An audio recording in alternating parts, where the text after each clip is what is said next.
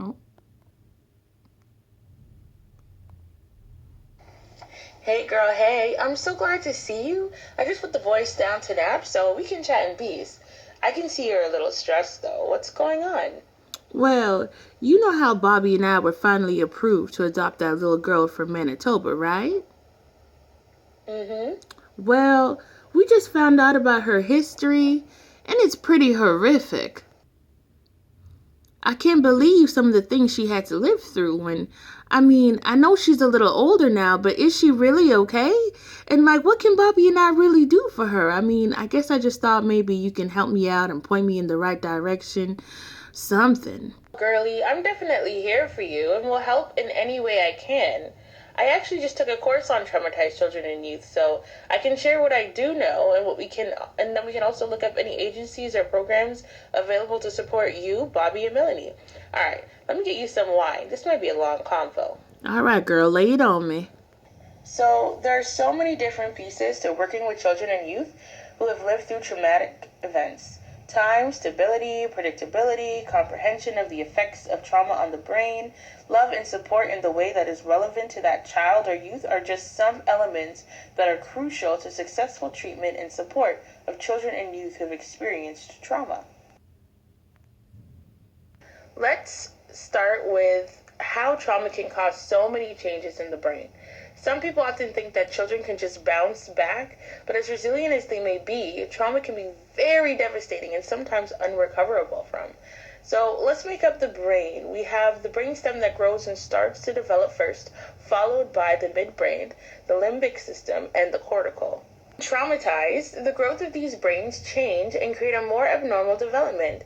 This also results in poor functioning areas of the brain, which can look like poor fine or large motor skills, poor social skills, lack of emotional regulation, poor cognitive skills, and even the way the brain now receives and processes information. Sometimes there is a difference in a brain size or even pieces of the brain missing. Wow, I never would have thought of that.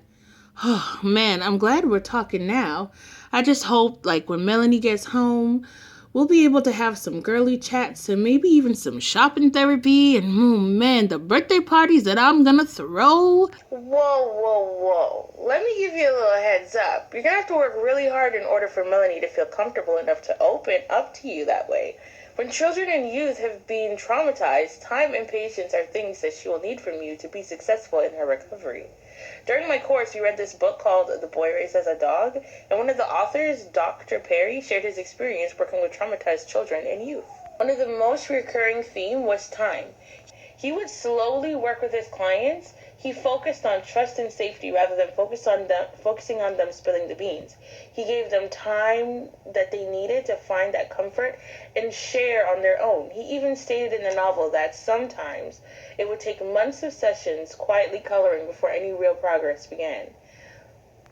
Look at it almost like a garden. When you put that seed down, there's some time before you see any change on the surface. But so much is happening underground. You continue to water and care for that little seed. And when you do finally see change, it starts a small little plant poking its little head over the dirt. It's kind of the same thing. You have to respect the process and respect the time she'll need. Don't think if she hasn't opened up to you yet that all the different things that you've been doing to support her is going to waste. Just keep being supportive and the fruits of your labor will be seen. This also takes me to the next point, which is predictability. Predictability partnered with time and patience can really help create a safe feeling environment as well as support her recovery.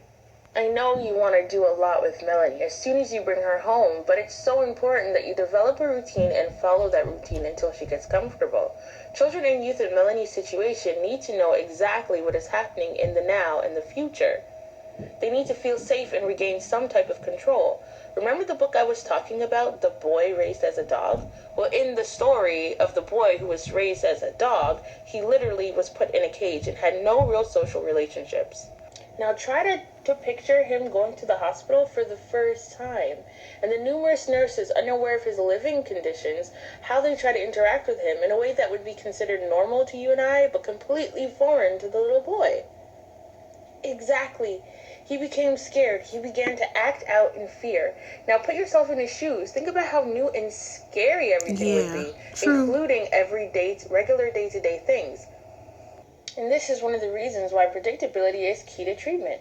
Predictability not only helps with creating an environment that they can feel safe and settled in, but it can also help teach that child the appropriate pattern of doing certain things. So back to my earlier point of time. Allow Melanie the time to get familiar and accustomed to your home and to your home routines. Allow her the time it will take for her to feel safe and trusting of you and your environment. Wow. I guess I've just been thinking so much of how I'm feeling finally becoming a mother and to a little girl. I just didn't even really take in the toll of everything Melanie might be feeling, to be honest. I've just been thinking about how good this will be for me and Bobby. It's understandable.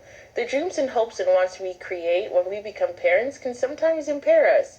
Speaking of Bobby, the last time we spoke, your relationship sounded a bit rocky. Yeah, we were fighting quite a bit, and he even slept at his mom's house one night, but we're fine. We've been to counseling, and we've been working things out. We were just mostly scared about this new change. Aw, you two should be fine. You two have a lot of love to give, and that in itself would be a great gift for Melanie. Like I said in the beginning, there's so many pieces to working with children and youth who've been traumatized. Love in itself is very healing and helps with setting a foundation for your child. I know Bobby is more of a softie and you're more about that business, but just accept each other's parenting styles. They both can help. In the book, The Boy Raised as a Dog, Dr. Perry speaks on approaching the children and youth where they're at. 15, but their current displaying behavior is 8. Approach them as an 8-year-old. Some of these children have missed out on that affection and loving stimulation in their early stages of development, that when they act out or tantrum is very reminiscent of those early ages. So don't feel as though you're giving in to that behavior. You will also need to be empathetic and mindful of what she has gone through. Not every fight or blow up will be about you or Bobby. There's a tragic story in chapter 2 of the book where a young girl witnesses her mother's murder and lives through her own attempted murder. The aftermath is her acting out when specific object sounds are in her space. At first it looks as if she's just being defiant, but a lot is really going on in her brain. You know about fight or flight, right? Okay, so the breakdown of this is the autonomic system automatically puts the body on alert. Adrenal cortex releases stress hormones. Heart beats harder and faster, breathing becomes faster, your body becomes prepared to fight or flight. In some cases, we even have a freeze response or enter a disassociated state in a fight or flight situation. So if we become too overwhelmed, like in a way, if our brain just can't compute what's going on, we freeze or we go into a disassociative state, almost like a dream state. And this can actually cause our heartbeat and breathing to be lowered. Okay. So bringing it back to you guys and Melanie, remember this, when she's having a breakdown or acting out and you can't seem to figure out why, just remember that when you've gone through trauma, our brain is basically rewired and ordinary objects, phrasings. Remember that she might always be in a hyperarousal state or constantly in a hyperarousal state, which causes her to see and process the world differently than you do. So be mindful and try to put yourselves out of the equation as the sole reason she's having a bad day or has difficulties with cognitive learning. So overall, you can help and support Melanie by giving her the time to trust you in her new environment. Also, by being mindful and approaching her at the level that she's at. Continue to get more understanding of the brain and the effects of trauma on it, as well as keeping her environment as stable and predictable as possible. As long as you marry these elements and don't give up, I think you guys will be just fine. Well, you weren't kidding about it being long, but thank you. I've learned a lot and now I have a lot to discuss with Bobby when I get home. Thanks for taking the time. Hey, you think we could look up some programs now? Of course. Let me just go grab my laptop.